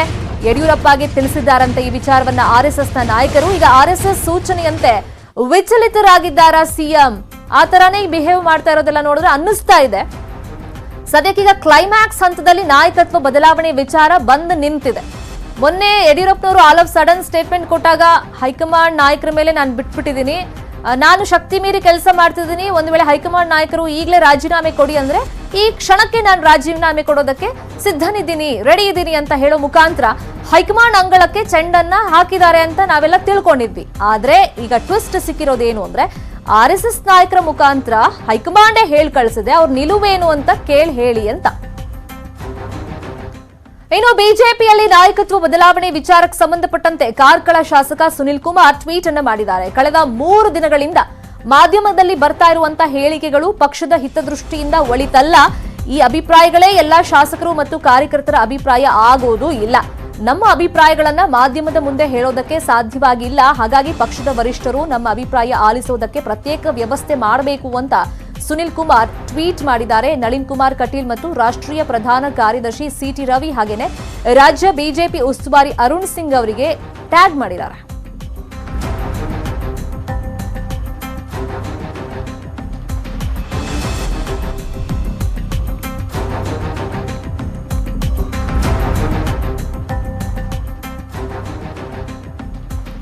ಈಗ ಬಿಎಸ್ವೈ ರಾಜೀನಾಮೆ ಹೇಳಿಕೆ ವಿಚಾರ ಏನಿದೆ, ಸಾಕಷ್ಟು ಶಾಸಕರುಗಳು ಅಂದ್ರೆ ಅವರ ಆಪ್ತ ವಲಯದಲ್ಲಿ ಯಾರೆಲ್ಲ ಗುರುತಿಸಿಕೊಂಡಿದ್ದಾರೆ ಅವರೆಲ್ಲ ಬಹಿರಂಗವಾಗಿ ನಿನ್ನೆ ಮೊನ್ನೆಯಿಂದ ಸ್ಟೇಟ್ಮೆಂಟ್ ಕೊಟ್ಟಿದ್ದನ್ನು ನೋಡಿದ್ವಿ. ಅದರಲ್ಲೂ ರೇಣುಕಾಚಾರ್ಯರು ಒಂದು ಹೆಜ್ಜೆ ಮುಂದೆ ಇಟ್ಬಿಟ್ಟು ನೋಡಿ ನನ್ನ ಹತ್ರ ಫೈಲೇ ಇದೆ, ಇದರಲ್ಲಿ 65 MLAಗಳು ಸಿಎಂ ಪರವಾಗಿದ್ದಾರೆ ಅಂತ ಸೈನ್ ಬೇರೆ ಮಾಡಿದ್ದಾರೆ, ಇದನ್ನ ಹೈಕಮಾಂಡ್ಗೆ ನಾನು ತಲುಪಿಸ್ತೀನಿ ಅಂತೆಲ್ಲ ಹೇಳ್ತಾ ಇದ್ರು. ಈಗ ಕಾರ್ಕಳ ಶಾಸಕ ಸುನಿಲ್ ಕುಮಾರ್ ಅವರು ಹೇಳ್ತಿರೋದು ನಮ್ಮ ಅಭಿಪ್ರಾಯವನ್ನ ನಾವು ವ್ಯಕ್ತಪಡಿಸೋದಕ್ಕೆ ಸಾಧ್ಯವಾಗ್ತಿಲ್ಲ ಮಾಧ್ಯಮದ ಮುಂದೆ ಬಂದು. ಮತ್ತೆ ಯಾರೋ ಒಂದ್ ಸ್ವಲ್ಪ ಜನ ಹೇಳ್ತಾರೆ ಅಂದ ತಕ್ಷಣ ಬಿಜೆಪಿ ಪಕ್ಷದವರ ಎಲ್ಲಾ ಶಾಸಕರ ಎಲ್ಲಾ ಕಾರ್ಯಕರ್ತರ ಅಭಿಪ್ರಾಯ ಅದೇ ಆಗಿರುತ್ತೆ ಅಂತಾನು ಹೇಳಕ್ ಆಗಲ್ಲ. ಈಗ ನಮ್ಗಳಿಗೂ ಒಂದು ಅವಕಾಶ ಬೇಕಾಗುತ್ತೆ, ನಮ್ಮ ಅಭಿಪ್ರಾಯನು ಏನು ಅಂತ ನಾಯಕರು ಕೇಳಬೇಕಾಗತ್ತೆ ಅಂತ ಹೇಳ್ಬಿಟ್ಟು ನಳಿನ್ ಕುಮಾರ್ ಕಟೀಲ್, ಅರುಣ್ ಸಿಂಗ್ ಹಾಗೇನೆ ಸಿಟಿ ರವಿ ಅವರಿಗೆ ಟ್ಯಾಗ್ ಮಾಡಿದ್ದಾರೆ. ಸೊ ಈ ಟ್ವೀಟ್ ಅನ್ನ ಈಗ ನಾಯಕರು ಎಷ್ಟು ಗಂಭೀರವಾಗಿ ಪರಿಗಣಿಸ್ತಾರೆ ಅನ್ನೋದನ್ನು ಕೂಡ ನೋಡ್ಬೇಕಾಗುತ್ತೆ. ಈಗ ಪಕ್ಷದ ಹಿತದೃಷ್ಟಿಯಿಂದ ಈ ತರ ಹೇಳಿಕೆ ಎಲ್ಲ ಕೊಡ್ತಿರೋದು ಸರಿಯಲ್ಲ. ಕಳೆದ 3 ದಿನಗಳಿಂದ ಮಾಧ್ಯಮದಲ್ಲಿ ಬೇರೆ ಬೇರೆ ನಾಯಕರು ಒಂದೊಂದು ರೀತಿಯಲ್ಲಿ ಸ್ಟೇಟ್ಮೆಂಟ್ ಕೊಡ್ತಿದ್ದಾರೆ. ಕೆಲವರು ಸಿಎಂ ಪರವಾಗಿಲ್ಲ ಸ್ಟೇಟ್ಮೆಂಟ್ ಕೊಟ್ಟಿದ್ದಾರೆ ಸರಿ. ಸೊ ಅದೇ ಅಭಿಪ್ರಾಯವನ್ನ ಎಲ್ಲರೂ ಹೊಂದಿರ್ತಾರೆ ಅಂತ ಹೇಳಕ್ಕಾಗಲ್ಲ. ಹಾಗಾಗಿ ನಮ್ಮ ಅಭಿಪ್ರಾಯನೂ ಕೂಡ ಕನ್ಸಿಡರ್ ಮಾಡಬೇಕು. ನಾನು ಒಬ್ಬ ಶಾಸಕ, ನನ್ನ ಅಭಿಪ್ರಾಯ ಏನಿದೆ, ಏನ್ ವ್ಯವಸ್ಥೆ ಬದಲಾಗಬೇಕು ಅಥವಾ ಬದಲಾಗಬಾರ್ದಾ, ಏನ್ ಸರಿ ಹೋಗ್ಬೇಕು, ಪಕ್ಷದಲ್ಲಿ ನಾಯಕತ್ವ ಬದಲಾವಣೆ ಆಗಬೇಕಾ ಬೇಡವಾ, ಈ ಎಲ್ಲ ವಿಚಾರವನ್ನ ನಮ್ಮ ಹತ್ರನೂ ಕೇಳಿ, ನಮ್ಮ ಒಪಿನಿಯನ್ ತಗೊಳ್ಳಿ ಅಂತ ಟ್ವೀಟ್ ಮಾಡಿದ್ದಾರೆ. ಇನ್ನು ಸಿಎಂ ಯಡಿಯೂರಪ್ಪ ಪರ ಶಿಕ್ಷಣ ಸಚಿವ ಸುರೇಶ್ ಕುಮಾರ್ ಬ್ಯಾಟ್ ಬೀಸಿದ್ದಾರೆ. ನಾಯಕತ್ವ ಬದಲಾವಣೆ ಈ ಸಂದರ್ಭದಲ್ಲಿ ಯೋಚನೆ ಮಾಡುವಂತ ಪ್ರಶ್ನೆಯೇ ಬರೋದಿಲ್ಲ. ಬಿಎಸ್ವೈ ನಮ್ಮ ರಾಜ್ಯದ ಮುಖ್ಯಮಂತ್ರಿ, ಸಚಿವ ಸಂಪುಟದ ನಾಯಕರು ಕೋವಿಡ್ ವಿರುದ್ಧದ ಹೋರಾಡೋ ಬಗ್ಗೆ ಶಾಸಕರು ಗಮನ ಹರಿಸಬೇಕು. ಶಾಸಕರು ಸಹಿ ಚಳುವಳಿ ಮಾಡ್ತಾ ಇರೋದು ತಪ್ಪು ಅಂತ ಸುರೇಶ್ ಕುಮಾರ್ ಹೇಳಿದ್ದಾರೆ. ಈಗ ಅದು ಯೋಚನೆನೂ ಮಾಡೋ ಪ್ರಶ್ನೆ ಅಲ್ಲ. ನಮ್ಮ ನಾಯಕರು BS ಯಡಿಯೂರಪ್ಪನವರು, ಅವರು ನಮ್ಮ ರಾಜ್ಯದ ಮುಖ್ಯಮಂತ್ರಿಗಳು, ನಮ್ಮ ಸಚಿವ ಸಂಪುಟದ ನಾಯಕರು, ಅವರ ನೇತೃತ್ವದಲ್ಲಿ ಇವತ್ತು ನಾವು ಕೋವಿಡ್ ವಿರುದ್ಧದ ಹೋರಾಟದಲ್ಲಿ ತೊಡಗಿದ್ದೀವಿ. ಈ ಸಂದರ್ಭದಲ್ಲಿ ನಮ್ಮೆಲ್ಲರ ಗುರಿ ಕೋವಿಡ್ ವಿರುದ್ಧ ಹೋರಾಟ ಆಗಬೇಕೇ ಹೊರತು ಈ ರೀತಿ ಚರ್ಚೆಗಳಿಗೆ ಸಮಯನೂ ಇರಬಾರ್ದು, ಈ ರೀತಿ ಚರ್ಚೆಗೆ ಆಸ್ಪದನೂ ಇರಬಾರ್ದು. ನಮ್ದೆಲ್ಲರದು ಉದ್ದೇಶ ಯಡಿಯೂರಪ್ಪನವರ ನೇತೃತ್ವದಲ್ಲಿ ಕರ್ನಾಟಕ ಕೋವಿಡ್ ಮುಕ್ತ ರಾಜ್ಯ ಆಗಬೇಕು. ಇನ್ನು ಮುಂದೆ ನಾವೇನೇನು ಅಭಿವೃದ್ಧಿ ಕಾರ್ಯಗಳನ್ನು ತೊಗೊಳ್ಬೇಕು ಆ ಕಡೆ ನಾವು ಗಮನ ಕೊಡಬೇಕು. ಇನ್ನು ಬಿಜೆಪಿಯಲ್ಲಿ ನಾಯಕತ್ವ ಬದಲಾವಣೆ ವಿಚಾರಕ್ಕೆ ವಿಪಕ್ಷ ನಾಯಕ ಸಿದ್ದರಾಮಯ್ಯ ವ್ಯಂಗ್ಯವಾಡಿದ್ದಾರೆ. ನಾಯಕತ್ವ ಬದಲಾವಣೆಯಲ್ಲ ನಾಟಕ, ಅತ್ತಂಗೆ ನಟಿಸು, ಚಿವುಟದಂತೆ ಮಾಡ್ತೀನಿ. ಯಡಿಯೂರಪ್ಪ ಸಂಪೂರ್ಣ ವಿಫಲರಾಗ್ಬಿಟ್ಟಿದ್ದಾರೆ. ಜನರು ಶಾಪ ಹಾಕ್ತಾ ಇದ್ದಾರೆ. ತೋರಿಕೆಗೆ ಪರಿಹಾರ ಕೊಟ್ಟಿದ್ದಾರೆ, ಆದರೆ ಯಾವುದೇ ಪ್ರಯೋಜನ ಇಲ್ಲ. ಅವರನ್ನ ತೆಗೆಯೋ ಬಗ್ಗೆ ಇವತ್ತಿನ ಚರ್ಚೆ ಅಲ್ಲ, ಮೊದಲಿನಿಂದಲೂ ಈ ಚರ್ಚೆ ಆಗ್ತಲೇ ಇದೆ. ಅತ್ಯಂತ ಜಾಣ ರೀತಿಯಲ್ಲಿ ಸಿಎಂ ಹೇಳಿಕೆ ಕೊಟ್ಟಿದ್ದಾರೆ. ಯಡಿಯೂರಪ್ಪ ಅವರೇ ರೇಣುಕಾಚಾರ್ಯಯಿಂದ ಸಹಿ ಸಂಗ್ರಹ ಮಾಡಿಸಿದ್ದಾರೆ ಅಂತ ಸಿದ್ದರಾಮಯ್ಯ ಕುಟುಕಿದ್ದಾರೆ. ಎಲ್ಲ ನಾಟಕ, ಎಲ್ಲ ನಾಟಕ ಗೊತ್ತಾಯ್ತಲ್ಲ. ಇಲ್ಲಿ ಹೆಂಗೆ ಬಿಜೆಪಿಲಿ ಹೆಂಗೆ ನಡೀತಾ ಇದೆ ಅಂದ್ರೆ, ನೀನು ಹತ್ತಾಗಿ ಮಾಡು, ನಾನು ಜಿಗಿಟ್ಟಾಗಿ ಮಾಡ್ತೀನಿ ಅಂತ ಮಾಡಿದ್ದಾರೆ. ಯಡಿಯೂರಪ್ಪ ಗ್ಯಾಸ್ ಚೀಫ್ ಮಿನಿಸ್ಟರ್ ಆಡಳಿತ ನಡೆಸೋದ್ರಲ್ಲಿ ಸಂಪೂರ್ಣ ವಿಫಲ ಆಗಿರ್ತಕ್ಕಂಥದ್ದು 100% ಸತ್ಯ. ಅದು ಕೇಂದ್ರ ಸರ್ಕಾರಕ್ಕೂ ಗೊತ್ತಾಗಿದೆ, ರಾಜ್ಯದ ಬಿಜೆಪಿಗೂ ಗೊತ್ತಾಗಿದೆ, ಮತ್ತೆ ಇಡೀ ರಾಜ್ಯದ ಜನರಿಗೆ ಗೊತ್ತಾಗಿದೆ. ಸೊ ಯಡಿಯೂರಪ್ಪನವರು ವರ್ಸ್ಟ್ ಚೀಫ್ ಮಿನಿಸ್ಟರ್ ಅಂತ ಗೊತ್ತು. ಅವ್ರನ್ನ ತೆಗಿಬೇಕು ಅಂತಕ್ಕಂಥದ್ದು ಇವತ್ತಿನಿಂದಲೇ ಚರ್ಚೆ, ಮೊದಲಿಂದ ಚರ್ಚೆ ನಡೀತಲೇ ಇದೆ. ಆದರೆ ಅವರಿಗೆ ಬಿಜೆಪಿನಲ್ಲಿ ತೆಗೆದ್ರೆ ಏನಾಗ್ತದೆ ಅಂತಕ್ಕಂಥದ್ರ ಬಗ್ಗೆ ಇನ್ನೂ ಕೂಡ ಅವರಿಗೆ ಸಂಶಯಗಳಿದ್ದಾವೆ. ಬಿಜೆಪಿ ಯಡಿಯೂರಪ್ಪನ ತೆಗೆದುಬಿಟ್ರೆ ಏನಾಗ್ತದೆ, ಮತ್ತೆ ಅವ್ರನ್ನ ಬಿಟ್ಟರೆ ಆಲ್ಟರ್ನೇಟಿವ್ ಆಗಿ ಇನ್ಯಾರಿದ್ದಾರೆ, ಈ ಥರದ್ದು ಚರ್ಚೆಯಾಗಿ ಹಂಗೆ. ಮತ್ತೆ ಜೊತೆಗೆ ಕೊರೋನಾ ಬೇರೆ ಎರಡನೇ ಅಲೆ ಜಾಸ್ತಿ ಆಗೋಯ್ತಲ್ಲ, ಸೊ ಅದಕ್ಕೆ ಕೈ ಬಿಟ್ಟಿದ್ದಾರೆ ಅಂತ ಅನಿಸುತ್ತೆ ನನಗೆ. ಯಡಿಯೂರಪ್ಪನವರು ಸ್ಟ್ರಾಟಜಿಕ್ ಆಗಿ ಆ ಸ್ಟೇಟ್ಮೆಂಟ್ ಮಾಡಿರೋದು, ನಾನು ಹೈಕಮಾಂಡ್ಗೆ ಲಾಯಲ್ ಆಗಿದ್ದೀನಿ, ಹೈಕಮಾಂಡ್ ಅವರು ಸೂಚಿಸಿದ ತಕ್ಷಣ ರಾಜೀನಾಮೆ ಕೊಟ್ಬಿಡ್ತೀನಿ ಅಂತ ಒಂದು ಕಡೆ ಹೇಳೋದು. ಇನ್ನೊಂದು ಕಡೆ ರೇಣುಕಾಚಾರ್ಯನ ಬಿಟ್ಟು ಸಿಗ್ನೇಚರ್ ಕ್ಯಾಂಪೇನ್ ಮಾಡಿ, ರೇಣುಕಾಚಾರ್ಯ ಅವರ ಪೊಲಿಟಿಕಲ್ ಸೆಕ್ರೆಟರಿ, ರೇಣುಕಾಚಾರ್ಯ ಏನು ಮಾಡ್ತಾನೆ ಅದು ಚೀಫ್ ಮಿನಿಸ್ಟರ್ ಹೇಳ್ದೇನೆ ಮಾಡೋಕ್ಕೆ ಸಾಧ್ಯ ಆಗಲ್ಲ. ಸೊ ಒಂದು ಕಡೆ ಹೈಕಮಾಂಡ್ಗೂ ಥ್ರೆಟ್ಟು, ಇನ್ನೊಂದು ಕಡೆ ಡಿಸಿಡೆಂಟ್ಸ್ಗೆ, ಮತ್ತೆ ನಾನು ಲಾಯಲ್ ಆಗಿದ್ದೀನಿ ನಿಮಗೆ, ನೀವು ಹೇಳಿದ ತಕ್ಷಣ ರಾಜೀನಾಮೆ ಕೊಡ್ತೀನಿ ಅಂತ ಹೇಳೋದು. ನನಗೆ ಶಕ್ತಿನೂ ಇದೆ ಅಂತ ಪ್ರದರ್ಶನ ಮಾಡೋದು. ಈ ತರ ಒಂದು ಸ್ಟ್ರಾಟಜಿ ಮಾಡಿಕೊಂಡು ಯಡಿಯೂರಪ್ಪನವರು ಆ ಥರ ಹೇಳಿದ್ದಾರೆ. ಮತ್ತಷ್ಟು ಸುದ್ದಿ ನೋಡೋಣ ಬ್ರೇಕ್ ಆದ್ಮೇಲೆ. ಎರಡನೇ ಅಲೆಯ ಸೋಂಕಿತರ ಸಂಖ್ಯೆ ಕ್ಷಣ ಕ್ಷಣಕ್ಕೂ ಹೆಚ್ಚಾಗ್ತಾ ಇದೆ. ಆಸ್ ರೆಸ್ಪಾನ್ಸಿಬಲ್ ಸಿಟಿಸನ್ಸ್ ನಾವು ಎಲ್ಲ ಗೈಡ್ಲೈನ್ಸ್, ರೂಲ್ಸ್ ಅಂಡ್ ರೆಗ್ಯುಲೇಷನ್ಸ್ನ ಫಾಲೋ ಮಾಡಬೇಕು. ಅದು ನಮ್ಮ ಜವಾಬ್ದಾರಿ ಹಾಗೂ ಕರ್ತವ್ಯ ಕೂಡ. ನಿಮ್ಮಲ್ಲಿ ಒಂದು ರಿಕ್ವೆಸ್ಟ್, ದಯವಿಟ್ಟು ಹೊರಗೆ ಹೋಗುವಾಗ ಎಲ್ಲರೂ ಮಾಸ್ಕ್ ಧರಿಸಿ, ಗುಂಪು ಸೇರಬೇಡಿ, ಸೋಷಿಯಲ್ ಡಿಸ್ಟೆನ್ಸಿಂಗ್ ಮೇಂಟೈನ್ ಮಾಡಿ, ಜೊತೆಗೆ ಹ್ಯಾಂಡ್ ಸ್ಯಾನಿಟೈಸ್ ಮಾಡ್ಕೊಳ್ಳಿ. ಸರ್ಕಾರದವರು 45 ವರ್ಷ ಮೇಲ್ಪಟ್ಟವ್ರು ಎಲ್ರಿಗೂ ವ್ಯಾಕ್ಸಿನೇಷನ್ ಕೊಡ್ತಾ ಇದ್ದಾರೆ. ಎಲ್ಲರೂ ತಪ್ಪದೆ ಈ ವ್ಯಾಕ್ಸಿನೇಷನ್ನ ಹಾಕಿಸ್ಕೊಳ್ಳಿ. ಇದ್ರ ಬಗ್ಗೆ ಹಲವಾರು ಜನಕ್ಕೆ ತಪ್ಪು ಮಾಹಿತಿಗಳಿದೆ. ಅದು ಯಾವುದಕ್ಕೂ ಕಿವಿಗೊಡದೆ ಈ ವ್ಯಾಕ್ಸಿನೇಷನ್ನ ತಗೊಳ್ಳಿ. ಯಾಕೆಂದ್ರೆ ಇದರಿಂದ ಕಾಯಿಲೆಯ ತೀವ್ರತೆ ಕಡಿಮೆ ಆಗುತ್ತೆ, ಜೊತೆಗೆ ಡೆತ್ ರೇಟ್ ಕೂಡ ಕಡಿಮೆ ಆಗುತ್ತೆ. ಸೊ ನಾವೆಲ್ಲರೂ ಸರ್ಕಾರದ ಜೊತೆ ಕೈ ಜೋಡಿಸಿ ಈ ಮಹಾಮಾರಿಯನ್ನು ಓಡಿಸೋಣ. Thank you. ಎಲ್ರಿಗೂ ನಮಸ್ಕಾರ. ನಿಮ್ಮೆಲ್ರಿಗೂ ಗೊತ್ತೇ ಇದೆ, ಕರೋನಾ ಎರಡನೇ ಎಲ್ಲ ಸ್ಟಾರ್ಟ್ ಆಗ್ತಾ ಇರೋದು. ದಯವಿಟ್ಟು ಕೈ ಮುಗಿದು ಕೇಳ್ಕೊತಾ ಇದ್ದೀನಿ, ಪ್ರತಿಯೊಬ್ಬರೂ ಮಾಸ್ಕ್ನ ಹಾಕಿ ಈ ಕರೋನಾ ಓಡಿಸಿ. ಮತ್ತೆ ಲಾಕ್ಡೌನ್ಗೆ ಒಳಗಾಗೋದು ಬೇಡ. ನಾನು ಯಾಕೆ ಮಾಸ್ಕ್ ಹಾಕೊಂಡು ಮಾತಾಡ್ತೀರಾ ಅಂದ್ರೆ, ನಾನು ಹೇಳೋದು ನಿಮ್ಗೆಲ್ರಿಗೂ ಕೇಳಬೇಕು. ನೀವೆಲ್ಲರೂ ಅದನ್ನ ಫಾಲೋ ಮಾಡ್ತೀರಾ ಅಂತ ನಂಬಿದ್ದೀನಿ. ದಯವಿಟ್ಟು ಮರಿಬೇಡಿ, ಮಾಸ್ಕ್ ಹಾಕಿ, ಸ್ಯಾನಿಟೈಸ್ ಮಾಡ್ಕೊಳ್ಳಿ, ಸೋಷಿಯಲ್ ಡಿಸ್ಟೆನ್ಸಿಂಗ್ ಇಟ್ಕೊಳ್ಳಿ. ನಮಸ್ಕಾರ. Thank you. ನಮಸ್ಕಾರ, ನಾನು ರಾಧಿಕಾ ನಾರಾಯಣ್. ನಿಮ್ಮೆಲ್ಲರಿಗೂ ಗೊತ್ತಿರೋ ಹಾಗೆ ಇತ್ತೀಚಿನ ದಿನಗಳಲ್ಲಿ ಕೊರೋನಾ ವೈರಸ್ ಕೇಸಸ್ ದಿನದಿಂದ ದಿನಕ್ಕೆ ಜಾಸ್ತಿ ಆಗ್ತಾನೆ ಹೋಗ್ತಾ ಇದೆ. ಹಾಗಾಗಿ ನಾವು ಕಡ್ಡಾಯವಾಗಿ ಕೆಲವೊಂದು ಸೇಫ್ಟಿ ಪ್ರೋಟೋಕಾಲ್ಸ್ನ ಫಾಲೋ ಮಾಡಲೇಬೇಕಾಗಿದೆ. ನೀವು ಮನೆಯಿಂದ ಆಚೆ ಹೋದಾಗ ದಯವಿಟ್ಟು ನಿಮ್ಮ ಸೇಫ್ಟಿ ಮಾಸ್ಕ್ನ ಹಾಕೊಳ್ಳೋದು ಮರಿಬೇಡಿ. ಸೋಷಿಯಲ್ ಡಿಸ್ಟೆನ್ಸಿಂಗ್ ಫಾಲೋ ಮಾಡಿ, ನಿಮ್ಮ ಕೈಗಳನ್ನ ಆಗಾಗ ತೊಳ್ಕೊತಾ ಇರಿ, ಹ್ಯಾಂಡ್ ಸ್ಯಾನಿಟೈಸರ್ ಯೂಸ್ ಮಾಡಿ. ಅದಲ್ಲದೆ ನಮ್ಮ ಕರ್ನಾಟಕ ಸರ್ಕಾರ ಕೆಲವೊಂದು ಸೇಫ್ಟಿ ಪ್ರೋಟೋಕಾಲ್ಸ್ನ ನಮ್ಮ ಸುರಕ್ಷತೆಗೋಸ್ಕರ ಅಂತ ಅನೌನ್ಸ್ ಮಾಡಿದೆ. ಅದನ್ನ ಚಾಚು ತಪ್ಪದೆ ದಯವಿಟ್ಟು ಫಾಲೋ ಮಾಡಿ. ರಾತ್ರಿ 10 ಗಂಟೆಯ ಒಳಗಡೆ ನಿಮ್ಮ ಮನೆಯನ್ನ ಸೇರಿ, ಮತ್ತೆ ನೀವು 45 ವರ್ಷಕ್ಕಿಂತ ಹೆಚ್ಚಾಗಿದ್ರೆ ದಯವಿಟ್ಟು ಕೋವಿಡ್ ಲಸಿಕೆನ ಹಾಕೊಳ್ಳಿ. ನೀವು ಸೇಫ್ ಆಗಿರಿ, ನಿಮ್ಮ ಸುತ್ತಮುತ್ತ ಇರೋರ್ನು ಸೇಫ್ ಆಗಿಡಿ. Be safe, stay. ನಮಸ್ಕಾರ, ನಾನು ನಿಮ್ಮ ಹರ್ಷಿಕಾ ಪುಣಚ್ಚ. ಕೊರೋನಾ ಅನ್ನೋ ಮಹಾಮಾರಿನ ಹೋಗ್ಲಾಡ್ಸೋದಕ್ಕೆ ನಮ್ಮ ಕರ್ನಾಟಕ ಸರ್ಕಾರ ಸಾಕಷ್ಟು ನಿಯಮಗಳನ್ನ ಅಳವಡಿಸಿದೆ. ಇದನ್ನ ನಾವೆಲ್ಲರೂ ಫಾಲೋ ಮಾಡಬೇಕು. ಮೊದಲನೇದಾಗಿ ನಿಮ್ಗೆಲ್ಲರೂ ಗೊತ್ತಿರೋ ಹಾಗೆ ಮಾಸ್ಕ್ ಕಡ್ಡಾಯವಾಗಿ ಧರಿಸಬೇಕು. ಎಲ್ಲ ಸಾರ್ವಜನಿಕರು 3 ಅಡಿ ಡಿಸ್ಟೆನ್ಸ್ ಅಂದರೆ ಸೋಷಿಯಲ್ ಡಿಸ್ಟೆನ್ಸಿಂಗ್ ಕಾಯ್ದಿಡಬೇಕು. ಹಾಗೆ ಕೈ ವಾಶ್ ಮಾಡ್ತಾ ಇರಬೇಕು, ಹ್ಯಾಂಡ್ ಸ್ಯಾನಿಟೈಸರ್ ಯೂಸ್ ಮಾಡ್ತಾ ಇರಬೇಕು. ಇದರ ಜೊತೆಗೆ 45 ವರ್ಷಗಳಿಗಿಂತ ಹೆಚ್ಚಾದವರು ವ್ಯಾಕ್ಸಿನೇಷನ್ ಮಾಡಿಸ್ಕೋಬೇಕು. ಹಾಗೆ ಈಗ ನೈಟ್ ಕರ್ಫ್ಯೂ ಶುರು ಆಗಿದೆ. ಸೊ ದಯವಿಟ್ಟು ರಾತ್ರಿ ಆಗ್ತಾ ಇದ್ದಂಗೆ ಎಲ್ಲರೂ ದಯವಿಟ್ಟು ಮನೆ ಸೇರ್ಕೋಬೇಡಿ ಆ್ಯಂಡ್ ಗುಂಪಲ್ಲಿ ಕಾಣಿಸ್ಕೋಬೇಡಿ. Be safe, take care and let's fight corona. ಓಡಿಸ್ಬಿಡೋಣ ಕೊರೋನಾನ. Thank you so much. ನಮಸ್ಕಾರ, ನಾನು ನಿಮ್ಮ ಸುಧಾರಾಣಿ. ಕೋವಿಡ್-19 ಎರಡನೇ ಅಲೆಯ ಸೋಂಕಿತರ ಸಂಖ್ಯೆ ಕ್ಷಣಕ್ಕೂ ಹೆಚ್ಚಾಗ್ತಾ ಇದೆ. ಆಸ್ ಅ ರೆಸ್ಪಾನ್ಸಿಬಲ್ ಸಿಟಿಸನ್ಸ್ ನಾವೆಲ್ಲ ಗೈಡ್ಲೈನ್ಸ್, ರೂಲ್ಸ್ ಅಂಡ್ ರೆಗ್ಯುಲೇಷನ್ಸ್ನ ಫಾಲೋ ಮಾಡಬೇಕು. ಅದು ನಮ್ಮ ಜವಾಬ್ದಾರಿ ಹಾಗೂ ಕರ್ತವ್ಯ ಕೂಡ. ನಿಮ್ಮಲ್ಲಿ ಒಂದು ರಿಕ್ವೆಸ್ಟ್, ದಯವಿಟ್ಟು ಹೊರಗೆ ಹೋಗುವಾಗ ಎಲ್ಲರೂ ಮಾಸ್ಕ್ ಧರಿಸಿ, ಗುಂಪು ಸೇರಬೇಡಿ, ಸೋಷಿಯಲ್ ಡಿಸ್ಟೆನ್ಸಿಂಗ್ ಮೇಂಟೈನ್ ಮಾಡಿ, ಜೊತೆಗೆ ಹ್ಯಾಂಡ್ ಸ್ಯಾನಿಟೈಸ್ ಮಾಡ್ಕೊಳ್ಳಿ.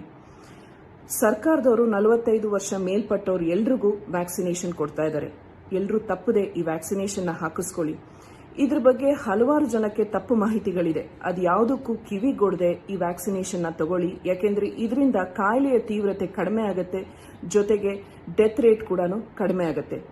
ಸೊ ನಾವೆಲ್ಲರೂ ಸರ್ಕಾರದ ಜೊತೆ ಕೈ ಜೋಡಿಸಿ ಈ ಮಹಾಮಾರಿಯನ್ನು ಓಡಿಸೋಣ. Thank you. ಎಲ್ರಿಗೂ ನಮಸ್ಕಾರ. ನಿಮ್ಮೆಲ್ರಿಗೂ ಗೊತ್ತೇ ಇದೆ, ಕರೋನಾ ಎರಡನೇ ಅಲೆ ಸ್ಟಾರ್ಟ್ ಆಗಿದೆ. ಜನ ವಾಪಸ್. ಬೆಂಗಳೂರಲ್ಲಿ ಹೆಚ್ಚಾಯಿತು ಟ್ರಾಫಿಕ್. ಮುಂದಿನ ವಾರ ಅನ್ಲಾಕ್ ಆಗುತ್ತಾ ರಾಜ್ಯ? ಇದು ಅನ್ಲಾಕ್ಗೆ ಡೌನ್ ಆಗ್ತಿರೋ ಸ್ಟೋರಿ.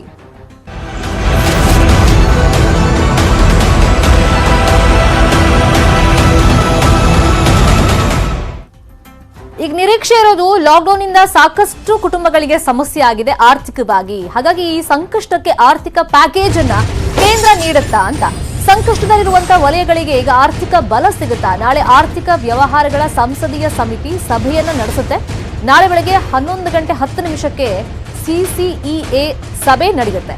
ಈಗ ಕೇವಲ ಕುಟುಂಬಗಳಷ್ಟೇ ಅಲ್ಲ, ಸಾಕಷ್ಟು ಸಣ್ಣ ಕೈಗಾರಿಕೆ ಏನಿದೆ ಅದಕ್ಕೆ ಹೊಡೆತ ಬಿದ್ದಿದೆ. ಅಂದ್ರೆ ಬ್ಯಾಂಕಲ್ಲಿ ಪಾಪ ಸಾಲ ಎಲ್ಲ ಮಾಡಿಕೊಂಡು ಪ್ರಾಫಿಟ್ ಆಗಲಿ ಅಂತ ಚಿಕ್ಕದಾಗಿ ಒಂದು ಸ್ಟಾರ್ಟ್ಅಪ್ ಕಂಪನಿಗಳಿರ್ಬೋದು ಅಥವಾ ಚಿಕ್ಕದಾಗಿ ಕೈಗಾರಿಕೆಗಳನ್ನು ಸ್ಟಾರ್ಟ್ ಮಾಡಿಕೊಂಡಿದ್ರು. ಆದರೆ ಈ ಕೊರೋನಾ ಬಂದ ಮೇಲೆ ಮೊದಲನೇ ಅಲೆಯಲ್ಲಿ ಸ್ವಲ್ಪ ಆರ್ಥಿಕವಾಗಿ ಸಹಾಯವನ್ನು ಮಾಡಿತ್ತು ಕೇಂದ್ರ ಸರ್ಕಾರ, ಆರ್ಥಿಕವಾಗಿ ಸಹಾಯ ನಿಂತಿತ್ತು.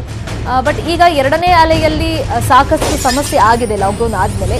ಈಗ ಕೇಂದ್ರದಿಂದ ಆರ್ಥಿಕ ಪ್ಯಾಕೇಜ್ ಘೋಷಣೆ ಆಗುತ್ತಾ ಅನ್ನೋ ನಿರೀಕ್ಷೆಯಲ್ಲಿ ಈ ವಲಯ ಇದೆ. ಆರ್ಥಿಕ ಚಟುವಟಿಕೆಗಳಿಗೆ ಉತ್ತೇಜನ ನೀಡೋದಕ್ಕೆ ಪ್ಯಾಕೇಜ್ ಘೋಷಣೆ ಆಗುತ್ತಾ ನೋಡಬೇಕು. ವಿತ್ತ ಸಚಿವೆ ನಿರ್ಮಲಾ ಸೀತಾರಾಮನ್ ಅವರಿಂದ ಘೋಷಣೆ ಆಗುವಂತ ಚಾನ್ಸಸ್ ಇದೆ. ವಿಶೇಷ ಪ್ಯಾಕೇಜ್ನಲ್ಲಿ MSME ಕ್ಷೇತ್ರಕ್ಕೆ ನೆರವು ನೀಡೋ ಸಾಧ್ಯತೆಗಳು ಇದೆ. ಆರ್ಥಿಕ ಪ್ಯಾಕೇಜ್ ಅನ್ನ ಕೇಂದ್ರ ಕಳೆದ ಬಾರಿಯಂತೆ ಈ ಬಾರಿಯೂ ನೀಡುತ್ತಾ ಕೈಗಾರಿಕೆಗಳಿಗೆ, ಅದರಲ್ಲೂ ಈ ಸಣ್ಣ ಮತ್ತೆ ಮಧ್ಯಮ ಕೈಗಾರಿಕೆಗಳಿಗೆ ಸಾಕಷ್ಟು ಹೊಡೆತ ಎರಡನೇ ಅಲೆ ಬಂದ ಮೇಲೂ ಕೂಡ ಬಿದ್ದಿದೆ. ಹಾಗಾಗಿ ಈಗ ಒಂದ್ ಕಡೆ ಸಾಲ ಕಟ್ಟದ ಬ್ಯಾಂಕ್ನಲ್ಲಿ, ಈಗ ಆಲ್ರೆಡಿ ಮುಳುಗ್ ಹೋಗ್ತಾ ಇದ್ದೀವಿ, ಹಂತದಲ್ಲಿ ಕಂಪನಿಗಳನ್ನ ಮುಚ್ಚಬೇಕಾ, ಆ ತರದೆಲ್ಲ ಯೋಚನೆ ಇರೋದ್ರಿಂದ ಕೇಂದ್ರ ನಮ್ಗೇನಾದ್ರೂ ನೆರವಾಗಿ ನಿಲ್ಲುತ್ತಾ ಅಂತ ಅವರೆಲ್ಲ ಕಾಯ್ತಾ ಇದ್ದಾರೆ. ಬೆಂಗಳೂರಲ್ಲಿ ಸೋಂಕಿನ ಪ್ರಮಾಣ ದಿನಕಳೆದಂತೆ ಕಡಿಮೆ ಆಗ್ತಾ ಇದೆ. ಈಗ ಹಂತವಾಗಿ ಅನ್ಲಾಕ್ ಮಾಡಲಾಗುತ್ತೆ. ಬಿಬಿಎಂಪಿಯಿಂದ ಸರ್ಕಾರಕ್ಕೆ ಸಲಹೆಯನ್ನ ಕೊಟ್ಟಿದ್ದೀವಿ ಅಂತ ಬಿಬಿಎಂಪಿ ಮುಖ್ಯ ಆಯುಕ್ತ ಗೌರವ್ ಗುಪ್ತಾ ಹೇಳಿಕೆಯನ್ನ ಕೊಟ್ಟಿದ್ದಾರೆ. ಸಣ್ಣ ಕೈಗಾರಿಕೆಗಳು ಮೊದಲು ಅನ್ಲಾಕ್ ಆಗಲಿವೆ. ಅನ್ಲಾಕ್ ಆದ್ರೂ ಕೇರ್ ಸೆಂಟರ್ ಓಪನ್ ಇರುತ್ತವೆ ಅಂತ ಗೌರವ್ ಗುಪ್ತಾ ಮಾಹಿತಿ ಕೊಟ್ಟಿದ್ದಾರೆ. ನಾಳೆ ಅಥವಾ ನಾಡಿದ್ದು ಸಿಎಂ ಸಭೆ ಕರೆದು ಅನ್ಲಾಕ್ ಬಗ್ಗೆ ತೀರ್ಮಾನ ಮಾಡ್ತಾರೆ. ಎಲ್ಲರ ಜೊತೆ ಚರ್ಚೆ ಮಾಡಿ ಬಿಎಸ್ವೈ ಅಂತಿಮ ನಿರ್ಧಾರ ತೆಗೆದುಕೊಳ್ತಾರೆ. ಯಾವ ಜಿಲ್ಲೆಗಳಲ್ಲಿ ವಿನಾಯಿತಿ ಕೊಡಬೇಕು ಅನ್ನೋ ಬಗ್ಗೆ ಚರ್ಚೆ ಮಾಡಿ ಸಿಎಂ ಅಂತಿಮ ನಿರ್ಧಾರ ತೆಗೆದುಕೊಳ್ತಾರೆ ಅಂತ ಡಿಸಿಎಂ ಅಶ್ವಥ್ ನಾರಾಯಣ್ ಹೇಳಿದ್ದಾರೆ. ಬ್ಯಾಂಗ್ಳೂರ್ಗೆ ವಿಶಿಷ್ಟವಾಗಿರ್ತಕ್ಕಂಥ ನಮ್ಮದೇ ಮಾಡೆಲ್ ಇರಬೇಕು ಅಂತ ನನ್ನ ಅಭಿಪ್ರಾಯ. ನಮ್ಮ ಸಂಸ್ಕೃತಿ, ನಮ್ಮ ಜನರ ಅವರ ನಡತೆ, ಅವರ ಅವಶ್ಯಕತೆಗೆ ಅನುಗುಣವಾಗಿ ನಮ್ಮಲ್ಲಿ ಇರ್ತಕ್ಕಂತಹ ಒಂದು ಅನ್ಲಾಕ್ ವ್ಯವಸ್ಥೆಯನ್ನು ಸರ್ಕಾರ ಮಟ್ಟದಲ್ಲಿ ಚಿಂತನೆ ನಡೀತಾ ಇದೆ. ಶೀಘ್ರವೇ ತಮ್ಮ ಗಮನಕ್ಕೆ ಬರುತ್ತೆ. ಖಂಡಿತ ಬ್ಯಾಂಗ್ಳೂರ್ಗೆ ಬೇಕಾಗಿರ್ತಕ್ಕಂತಹ, ರಾಜ್ಯಕ್ಕೆ ಬೇಕಾಗಿರ್ತಕ್ಕಂತಹ ಪ್ರತ್ಯೇಕವಾಗಿರ್ತಕ್ಕಂಥ ಒಂದು ಮಾಡೆಲ್ ಅನ್ನು ನಾವು ಇವಾಗ ಮಾಡ್ತೀವಿ. ಇದೇ ರೀತಿಯಲ್ಲಿ ನೋಡಿ, ಒಂದು ತಿಂಗಳೊಳಗೆ ಬಹಳ ಕಡಿಮೆ ದರ, ಪಾಸಿಟಿವಿಟಿ ದರ ಆಗಿರ್ತಕ್ಕಂಥ ನಾವು ವೀಕ್ಷಣೆ ಮಾಡ್ತಾ ಇದ್ದೀವಿ. ಇದು ಎಲ್ಲರ ಪರಿಶ್ರಮದಿಂದ ಆಗಿರ್ತಕ್ಕಂಥದ್ದು. ಸರ್ಕಾರವು ಕೂಡ ಇದರಲ್ಲಿ ಬಹಳ ಒಳ್ಳೆಯ ನಿರ್ಣಯವನ್ನು ಸಮಯಕ್ಕೆ ತೆಗೆದುಕೊಂಡಿದೆ. ಈಗ ಸನ್ಮಾನ್ಯ ಮುಖ್ಯಮಂತ್ರಿಗಳು ಎಲ್ಲರ ಜೊತೆ ಸಭೆಯನ್ನ ಮಾಡಿ ಈ ದಿಕ್ಕಿನಲ್ಲಿ ಏನು ಕ್ರಮವನ್ನು ವಹಿಸಬೇಕು ಅದನ್ನು ವಹಿಸಿ ತಿಳಿಸುವಂಥದ್ದನ್ನ ಮಾಡೋಂಥದ್ದಾಗುತ್ತೆ. ಎಲ್ಲರನ್ನು ವಿಶ್ವಾಸಕ್ಕೆ ತಗೊಳ್ಳೋದು ಹೇಳೋಂಥದ್ದಾಗುತ್ತೆ. ಸರ್ಕಾರದ ಒಟ್ಟಾರೆ ಮುಂದಿನ ದಾರಿಗಳು ಹೇಗಿರುತ್ತೆ, ಯಾವ ರೀತಿ ಈ ಸಮಸ್ಯೆಯನ್ನ ಹಾಗೂ ಸಮಾಜಕ್ಕೆ ಯಾವ ರೀತಿ ದಿಕ್ಸೂಚಿಯನ್ನು ಕೊಡುವಂಥದ್ದು ಮತ್ತು ಮಾರ್ಗವನ್ನ ತಿಳಿಸುವಂಥದ್ದನ್ನ ಸವಿಸ್ತಾರವಾಗಿ ಆಗುವಂಥದ್ದಾಗುತ್ತೆ. ಕರೀತಾರೆ, ನೋಡೋಣ, ನಾಳೆ ನಾಡ್ದು ಕರಿಬಹುದು. ಸಭೆ ಕರೆದಾಗ ಎಲ್ಲರೂ ಚರ್ಚೆ ಮಾಡಿ ಎಲ್ಲ ರೀತಿಯಾದಂಥ ವಿಷಯಗಳನ್ನು ತಿಳಿಸುವಂಥದ್ದಾಗುತ್ತೆ. ಈಗೇನು ಹೆಚ್ಚು ಕಡಿಮೆ ಎಲ್ಲ ಕಡೆ, ಎಲ್ಲ ಜಿಲ್ಲೆಗಳಲ್ಲೂ, ಕೆಲವು ಜಿಲ್ಲೆ ಬಿಟ್ಟು ಕೆಲವು ಜಿಲ್ಲೆನಲ್ಲಿ ಇನ್ನೂ ಇರುವಂಥದ್ದಿದೆ. ಇನ್ನೆಲ್ಲ ಹೆಚ್ಚು ಕಡಿಮೆ ಎಲ್ಲ ಕಡೆ ಇದೆ. ಮತ್ತೊಮ್ಮೆ ಬರೆದಿದಂಗೆ ನೋಡ್ಕೊಳ್ಳೋದು ಬಹಳ ಮುಖ್ಯ. ಅದನ್ನು ಎಲ್ಲ ಪ್ರಯತ್ನವನ್ನು ಮಾಡುವಂಥದ್ದಾಗುತ್ತೆ. ಇತ್ತೀಚೆಗಷ್ಟೇ ಕೇರಳ ವಿಧಾನಸಭೆಯಲ್ಲಿ ಕನ್ನಡದಲ್ಲಿ ಪ್ರಮಾಣ ವಚನ ಸ್ವೀಕರಿಸಿದ್ದ ಮಂಜೇಶ್ವರದ ಶಾಸಕ ಎಕೆಎಂ ಅಶ್ರಫ್ ಇದೀಗ ವಿಧಾನಸಭೆಯಲ್ಲಿ ಕನ್ನಡದ ಮೊದಲ ರಾಷ್ಟ್ರಕವಿ ಮಂಜೇಶ್ವರ ಗೋವಿಂದ ಪೈ ಅವರ ಕಾವ್ಯವನ್ನ ವಾಚಿಸಿದ್ದಾರೆ.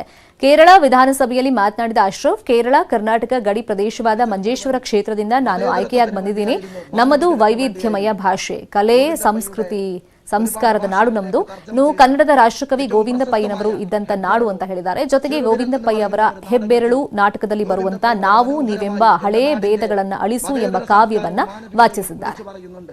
ആ കവിത ഞാനിവിടെ കന്നഡയിലെ പ്രഥമ രാഷ്ട്രകവി, ഒരുപക്ഷെ ഇന്ത്യയുടെ രാഷ്ട്രപിതാവ് ഗാന്ധിജിക്ക് ദണ്ഡയാത്രയ്ക്ക് ഊന്നുവടി നൽകിയത് എന്റെ മണ്ഡലത്തിലെ രാഷ്ട്രകവി ഗോവിന്ദ പൈ ആയിരുന്നു. ആ ഗോവിന്ദപ്പയ്യുടെ തൂലിക ചലിപ്പിച്ചത് മുഴുവനും മതേതരത്വത്തിന് വേണ്ടിയായിരുന്നു, മാനവികതയ്ക്ക് വേണ്ടിയായിരുന്നു. ഗോവിന്ദപ്പയ്യുടെ ഒരുപാട് ഭാഷകളിലേക്ക് തർജ്ജമ ചെയ്ത ഏറ്റവും പ്രശസ്തമായ ഹെബ്ബെറളു ചെറുവിരൽ എന്ന് പറയുന്ന ഒരു നാടകത്തിൽ ഗോവിന്ദപ്പൈ വളരെ മനോഹരമായി എന്റെ നാടിന്റെ മതേതര സംസ്കാരവും മാനവികതയും വിളിച്ചു പറയുന്നുണ്ട്. ആ കവിത ഞാൻ ഇവിടെ ഉദ്ധരിക്കുകയാണ് സർ. ನಾವು ನೀವೆಂಬ ಹಳಭೇದಗಳ ನಳಿಸು, ಸರಿಸಮನ ಸೌಂದರ್ಯದಿಂ ಸೌಹಾರ್ದದಿಂ ಐಕ್ಯದಿಂದ ಐಕ್ಯ ಮಂತ್ರದಿಂ ಬಾಳುವುದೇ ತಾಯಿಳೆಯ ಹೆಬ್ಬಾಳಿಕೆಯ ಮರ್ಮ, ತಾಯಿಳೆಯ ಹೆಬ್ಬಾಳಿಕೆಯ ಮರ್ಮ. ഈ മനോഹരമായ കവിത എന്റെ നാടിന്റെ സംസ്കാരം വിളിച്ചറിയിക്കുന്നുണ്ട് സർ. സർ, ಮಂಜೇಶ್ವರത്ത് ಈ കഴിഞ്ഞ ಈ ಬಗ್ಗೆ ಮಾತಾಡೋದಕ್ಕೆ ಮಂಜೇಶ್ವರದ ಶಾಸಕ ಅಶ್ರಫ್ ಅವರೇ ನಮ್ಮ ಜೊತೆ ಫೋನ್ ನಲ್ಲಿ ಜಾಯ್ನ್ ಆಗಿದ್ದಾರೆ. ಸರ್ ನಮಸ್ತೆ.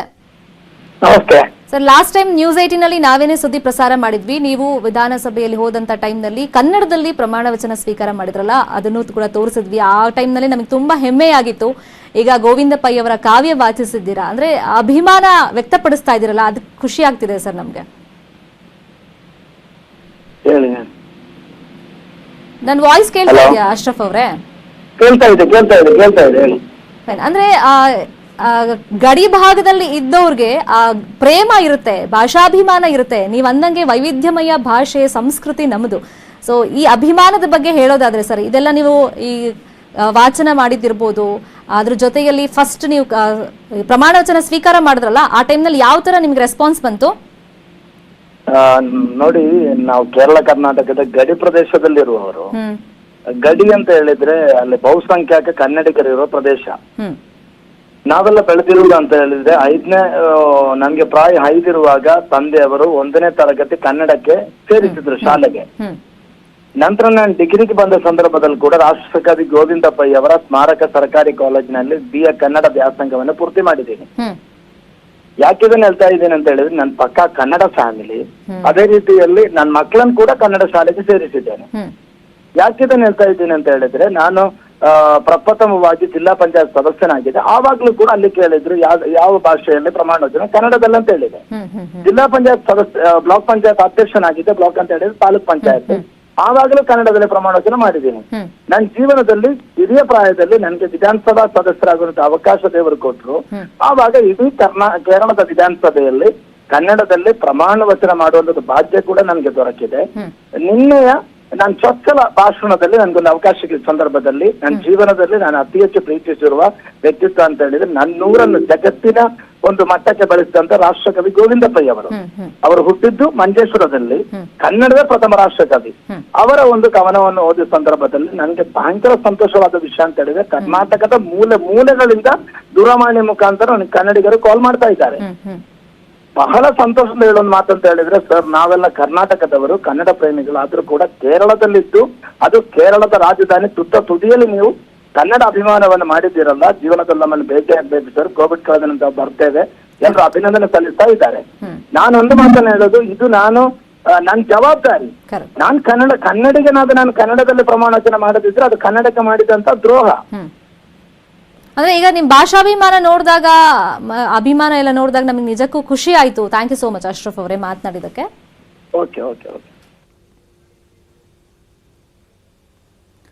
ನ್ಯೂಸ್ 18 ಫೆಡರಲ್ ಬ್ಯಾಂಕ್ ಸಹಯೋಗದಲ್ಲಿ ಸಂಜೀವಿನಿ ಗಾಡಿ ಪೂರ್ತಿ ಭಾರತದ ಕೊರೋನಾ ಬಾಧಿತ ಜಿಲ್ಲೆಗಳಲ್ಲಿ ರೌಂಡ್ಸ್ ಮಾಡ್ತಾ ಇದೆ. ಕೋವಿಡ್ ಲಸಿಕೆಯ ಬಗ್ಗೆ ಜನರಲ್ಲಿ ಜಾಗೃತಿ ಮೂಡಿಸ್ತಾ ಇದೆ. ಇವತ್ತು ನಮ್ಮ ಸಂಜೀವಿನಿ ಗಾಡಿ ಎಲ್ಲೆಲ್ಲಿ ಸಂಚರಿಸಿದೆ, ಎಷ್ಟು ಜನರನ್ನ ರೀಚ್ ಆಗಿದೆ ಅನ್ನೋದನ್ನ ನೋಡೋದಾದ್ರೆ,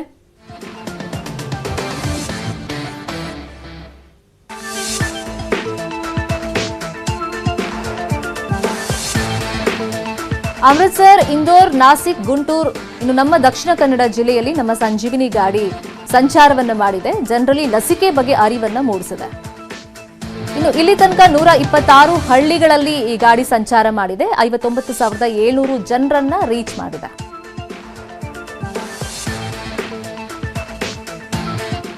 ಅಂದಹಾಗೆ ನೆಟ್ವರ್ಕ್ 18 ಮತ್ತು ಫೆಡರಲ್ ಬ್ಯಾಂಕ್ ಸಹಯೋಗದಲ್ಲಿ ಲಸಿಕೆ ಜಾಗೃತಿ ಅಭಿಯಾನ ದೇಶದಾದ್ಯಂತ ನಡೀತಾ ಇದೆ. ಕೊರೋನಾ ಲಸಿಕೆ ಬಗ್ಗೆ ಭಯ ಬೇಡ, ವದಂತಿಗಳನ್ನು ನಂಬಬೇಡಿ, ಲಸಿಕೆಯ ಮಹತ್ವ ತಿಳಿಸುವಂತ ಉದ್ದೇಶ ನಮ್ಮದು. ಅದಕ್ಕಾಗಿ ಜೀವನಕ್ಕೆ ಒಂದು ಡೋಸ್ ಸಂಜೀವಿನಿ ಹೆಸರಲ್ಲಿ ಕೋವಿಡ್-19 ವಿರುದ್ಧ ಜಾಗೃತಿಯನ್ನ ಮೂಡಿಸ್ತಾ ಇದೆ. ಇದು ನೆಟ್ವರ್ಕ್ 18 ಮತ್ತು ಫೆಡರಲ್ ಬ್ಯಾಂಕ್ ಸಹಯೋಗದ ಸಂಜೀವಿನಿ ಅಭಿಯಾನದ ಧ್ಯೇಯ ಗೀತೆ ಕೂಡ.